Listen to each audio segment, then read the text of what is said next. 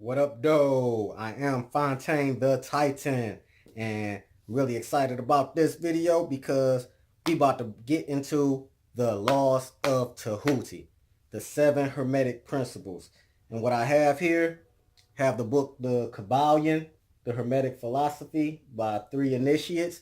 And I also have here the book Ancient Future, the Teachings and Prophetic Wisdom of the 7 Hermetic Laws of Ancient Egypt by Wayne Chandler.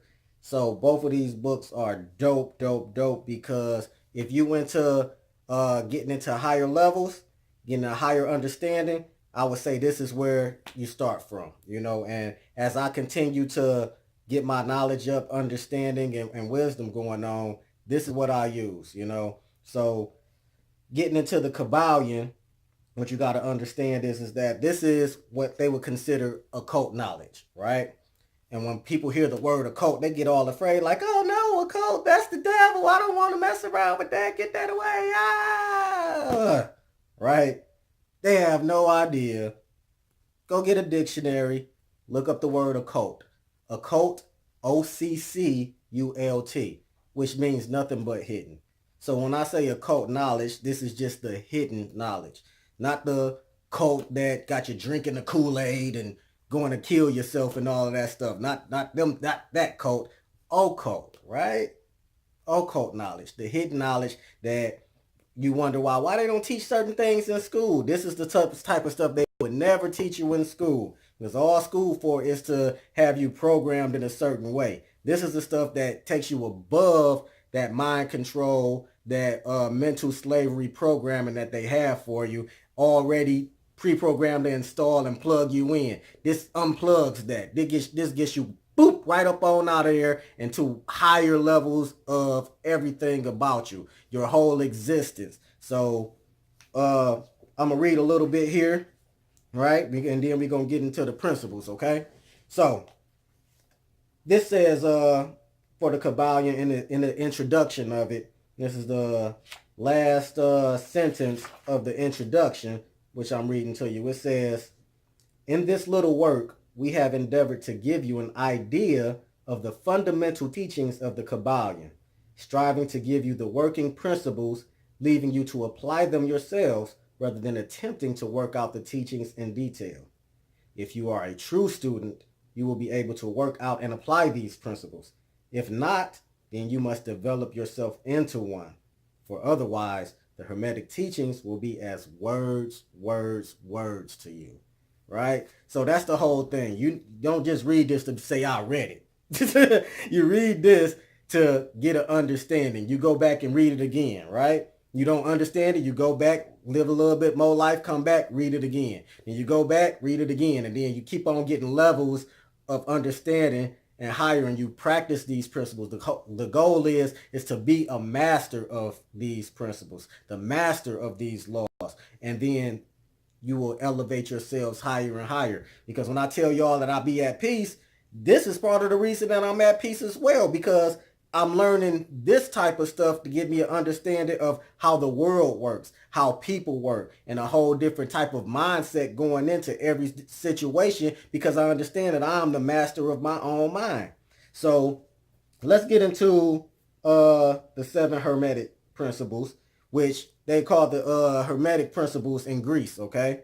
So the Greeks got it from Egypt, right? So in Egypt, they're the Laws of Tehuti, which were brought forth by Thoth. Thoth and Tehuti are the same, which goes into Greece, and they call them Hermes in Greece, right?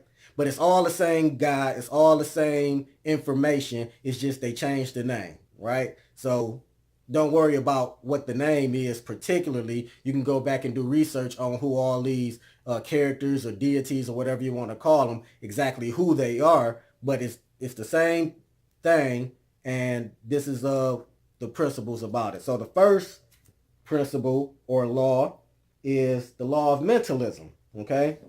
Which states the all is mind, the universe is mental, right? So once you get an understanding of that, and you understand that everything is all a concept of the mind, your mind is creating this whole universe, and that you have the ability to do anything through the concept of your mind. So what people do is, right, nowadays people say, oh, the law of attraction, blah, blah, blah, blah, blah. So you got everybody talking about the law of attraction and manifestation, okay? So what breaks it down is the law of attraction is nothing but a combination of these principles, starting with the principle of mentalism. The law of attraction don't even work if you don't understand these laws, right? Or it does work, but to get a better understanding of how the laws of attraction work is to understand these laws. I'll put it that way. Because the law of attraction does work, but to get a better understanding of how they work, why they work, then you will be able to do that in a higher capacity, right?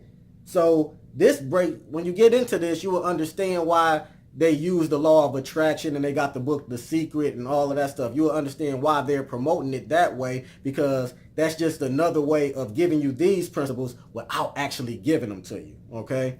But we'll get deeper into the law of mentalism on other videos, just as I'm going to do a breakdown of every single last one of these principles or laws in subsequent videos to go deeper into them. But right now, as I say, I'm just letting you know this is what it is.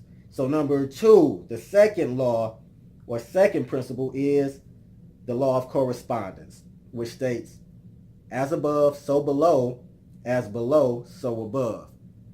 And this is really dope because this manifests on all levels, all planes. As I say, everything is within you, right? So even if you look at the earth, all of the elements of the earth that have been found, natural elements, are within you. Everything you got specks of gold in you, silver, iron. If you don't have iron in your blood, you go die. You know, people got low blood and all of that. Every element of the earth is inside of you. Everything that's out in the universe is also inside you. You are your own universe as you walk around, right? So what you got to understand is, it's like another example of correspondence. It gets really, really deep. You go start doing your research and you start finding these correspondences to be able to explain stuff. So you got the pyramids of Giza in Egypt, right? Are lying directly up under the Sirius star constellation to the 0.00001 degree, okay?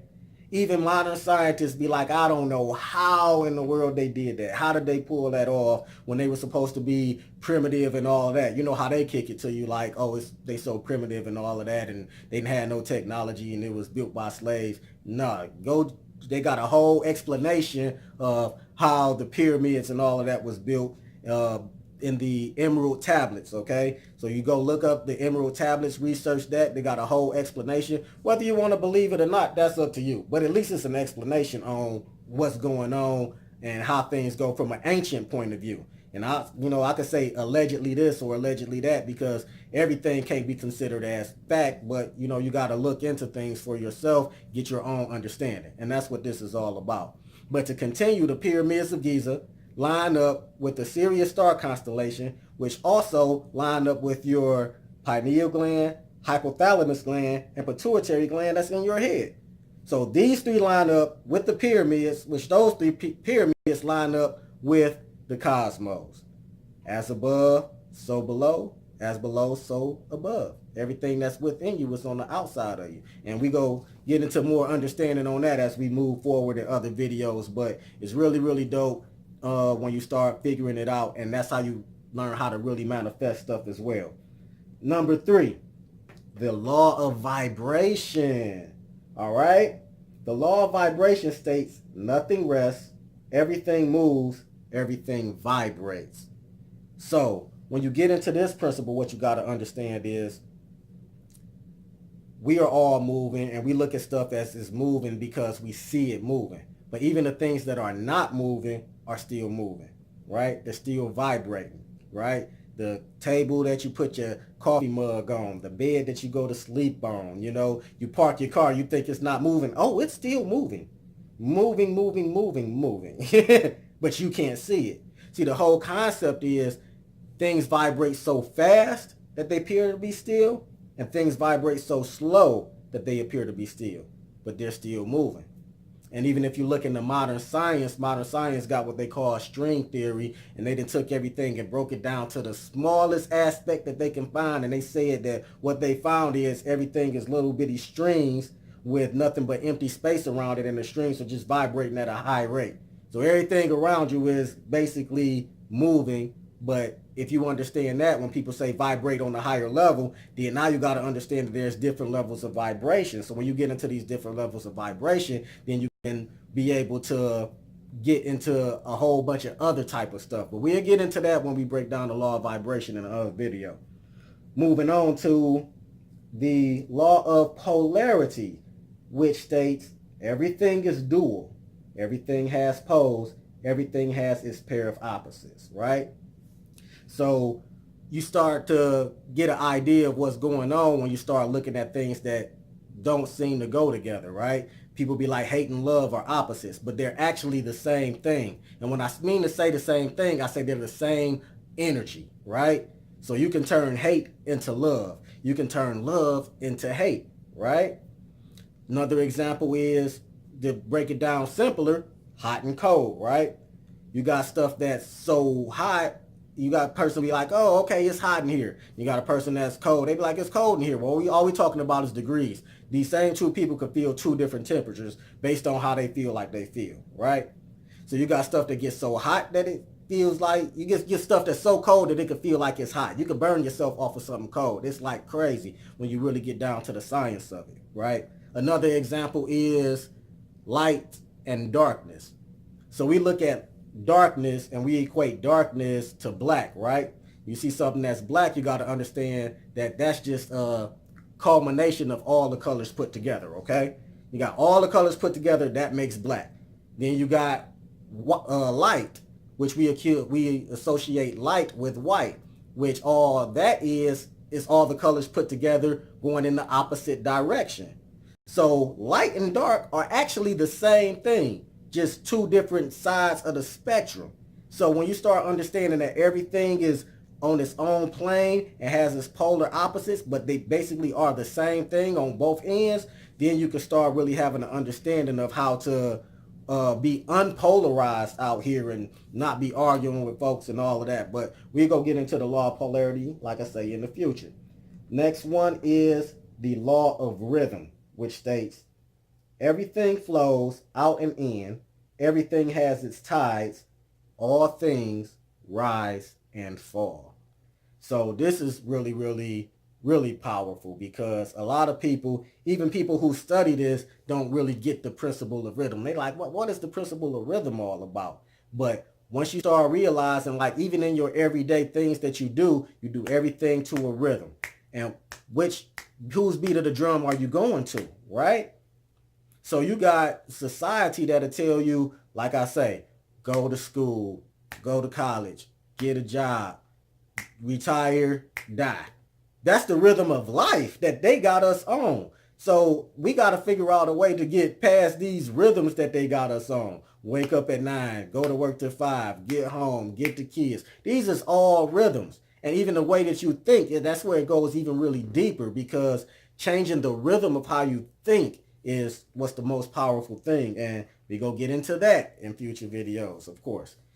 Next one, the sixth law, the law of cause and effect, states every cause has its effect, every effect has its cause, everything happens according to law, okay? So what you got to understand about cause and effect is, we know what cause and effect is. We call it karma, right? We call it karma, but karma is basically the same thing as what we call cause and effect. You did that, we call it good karma, bad karma, and karma is basically like the law of correspondence and cause and effect combined together, right? But the goal of cause and effect, that understanding lies within, there is no such thing as chance. There is no such thing as coincidence. There is nothing but synchronicities that go from cause and effect. Something happened here, which made an effect. And there's nothing in between this law. That's it. Period. Cause and effect. You be like, oh, I got lucky. Ain't no such thing as luck. It was something in the game that caused this cause to have that effect, for you might feel like you're lucky. It's not luck. It's not chance. It's not coincidence. It's the law of cause and effect. And that's a really dope one. Y'all get an understanding of that one, then you can really be able to learn how to change things in the future, because you learn how to create your own causes to have a future effect that you manifest yourself. Because all we talking about, I'm getting into, is higher vibrational stuff, creating your own reality. This is what I be talking about here. The 7th law is the principle of gender. Gender is in everything. Everything has its masculine and feminine principles. Gender manifests on all planes. Now, that's really, really powerful, because what you got to understand is, even in your mind, we have our left side and our right side of our brain, but in actuality, what they call is your masculine and feminine side of your brain, okay? So even within your own body, every man has estrogen in his body, every woman has testosterone in their body. It's just one is over dominating the other, right? So everything has gender in it, and that's the kind of the point of the yin and yang, right? So you got the yin and the yang. If you look at the yin and yang symbol, which got one in here in the Ancient Future book, right? If you look at the yin and yang symbol, you will notice that in the white area, the yin, there's also some black in it. And then it's, you know, and in the black part, there's also some white in it. That's how it goes. Everything has its masculine and feminine side, and everything within that has its masculine and feminine, right? So everything manifests in gender. So you got a lot of people out here out of control, testosterone out of control and whatever, and people doing all types of stuff is because they don't have their masculine and feminine balance together, right? Well, we go get into that. And this Ancient Future book, this book is really dope, y'all. I'm telling y'all, it goes into the history of a lot of stuff, and it breaks down stuff in all types of different ways. It goes back into the history of how slavery not started just in because of black people 400 years ago, but the history of the Crusades and how everything came together. You know, it's a bunch of history in here, powerful history, you know what I'm saying, that is stuff that you don't know about. When I read this, I'm like, man, I didn't know that. I didn't know this. It's all types of stuff that you don't know about. He gets into, you know, creation stories and all of that stuff. He goes really, really deep on a lot of stuff. You know, he got the Tree of Life here, the Kabbalah, you know, and a whole bunch of stuff you might not know about that, you know, is really, really interesting. And once you get an understanding of all of this stuff, you're able to use this to better yourself.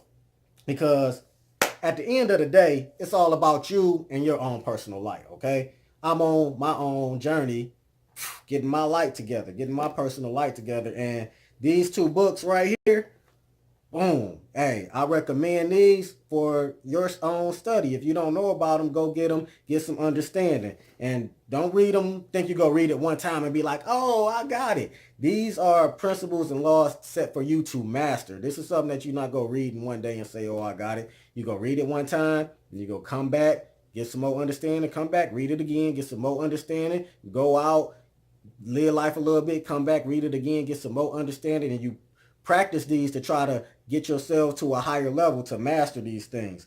And what I want to say is, you know, I'm telling y'all where I'm getting my information from. You know, I'm getting my information from. I got a bunch of books. I got a nice little bookcase, bookshelf, library where I'm just collecting books, getting my knowledge up. And if you got some people out here that you following or that you think they teaching you and they not showing you where you can get your information from, they're not giving you the books so you can go do your own research, then you might want to question or think about whether you should be looking at them as a teacher or somebody to guide you, because you should be guiding yourself. You know, that's the whole thing. The answers are within you. And I'm just here on my journey to tell you how I'm learning of myself and all of that. And hopefully it can help you.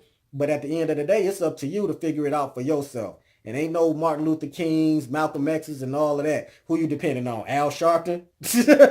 You still depending on Jesse Jackson? Oh, you waiting on Jay-Z to do something? You know, that's all I'm saying. Like, you got all these so-called leaders or whatever out here. If you sitting back waiting on them, you're going to be waiting forever. Nobody's coming to save you. You have to save yourself. And this is part of saving yourself to get you a higher understanding. So that's what this is all about. Getting you the information so that you can go and figure it out for yourself. And if you don't want to deal with the Kybalion and the Ancient Future book and you got something else that you're doing, fine. That's all good with me. That's because that ain't got nothing to do with me. That's your own journey. I'm just giving y'all some insight on where to start if you actually looking to get some ancient knowledge and some ancient wisdom to really take yourself to the next level. You know, this is next level. This is grown folk conversation, okay? This ain't, you know, even if you a kid, you right, you might be able to get an understanding of it. Even if you grown, you might not get an understanding of it. When I say this is for grown folks, this is adult conversation, I'm talking about your mental understanding. This is for the people who want to raise up higher. You can be 50 years old and still not mess with this stuff. So it don't matter. And you can be 15 years old and be like, that's what it's all about. I'm into it. It's all about your own personal life, your own journey. But with that being said, 7 Hermetic Principles, the Laws of Tehuti. This is dope. Get into it. Ancient Future by Wayne Chandler. The Kybalion by 3 Initiates. Go ahead, get the books. I highly recommend them for your studies if you into the one that's going to be a student of yourself, right? So with that being said, I am Fontaine the Titan. Peace.